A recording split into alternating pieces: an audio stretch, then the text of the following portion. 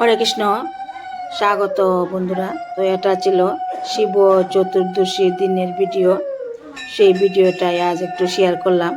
তো ভিডিও আমার রেডি করা হয়নি, মানে এডিট করা হয়নি, ভিডিও তৈরি করা হয়েছিল, তো এডিট করতে পারিনি। তো শিব চতুর্দশীর ভিডিওটা এডিট করা ছিল, তো আজ দিয়ে দিলাম। প্রতিদিন তো আমি লং ভিডিও দিই, তার জন্য দিয়ে দিলাম। আমি শিব চতুর্দশীর পূজার এই মুহূর্তটা কীভাবে কাটালাম সেই ভিডিওটা একটু আপনাদের সঙ্গে শেয়ার করলাম। তো আপনারা পুরো ভিডিওটা দেখুন আর এনজয় করুন।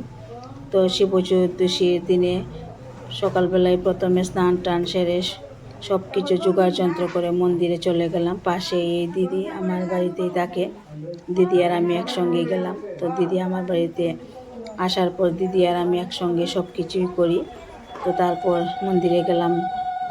প্রথমে শিবকে ডাবের জল দিয়ে স্নান করিয়ে দিলাম, দুধ ঘি মধু দিয়ে দিলাম, সব কিছুই যা যা নিয়ম কারণ সব কিছুই পালন করলাম। তো আপনারা কিভাবে করেন অবশ্যই কমেন্টে জানাইয়েন। তো আমি দিয়ে দিচ্ছি, দিদি এবারও দিচ্ছে। ফুল বেলপাতা সব কিছুই নিলাম।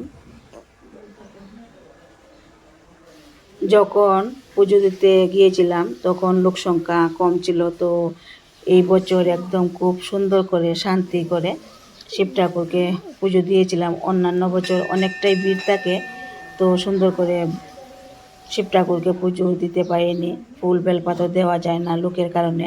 তো এই বছর অনেকটাই ভিড় কম ছিল, একদমই ছিল না। দিদি আর আমি একদম খুব সুন্দর করে পুজো দিলাম। দেখুন ঘরের মধ্যে শুধু দিদি আর আমি। তো পুজোর শেষ পর্যায়ে চলে আসলাম, সব ঠাকুরকে দিয়ে দিলাম। আর এই মন্দিরের মধ্যে সব শিব ঠাকুর যত বাড়ি করে এনে রেখে দিয়েছে, অনেকে বাড়িতে পুজো দিতে পারে না, তো দেখলাম ওদেরকেও দিয়ে দিলাম ফুল বেলপাতা সব কিছুই। তো এবার আস্তে আস্তে শেষ পর্যায়ে চলে গেলাম, দিদিও দিয়ে দিচ্ছে, তো বেলও দিয়ে দিলাম, সব কিছুই দিলাম। তো এবার ফুলের মালাটা দিয়ে দেব। ব্রাহ্মণকে বলেছিলাম মন্ত্র পাঠ করার জন্য, ব্রাহ্মণ বলছে আপনি করে নিন। তো আমি মনে মনে একটু করে নিলাম। এইভাবে শিব চতুর্দশী ব্রত উৎসবটা পালন করলাম। তো কেমন লাগলো বন্ধুরা আমার এই ভিডিওটা? যদি ভালো লাগে অবশ্যই একটা লাইক কমেন্ট করবেন।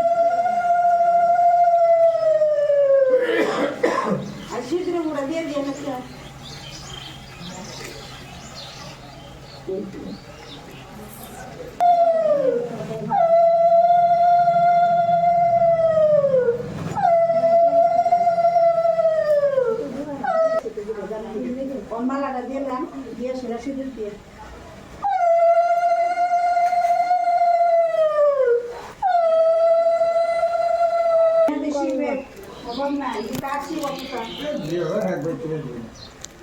বাইক জায়গা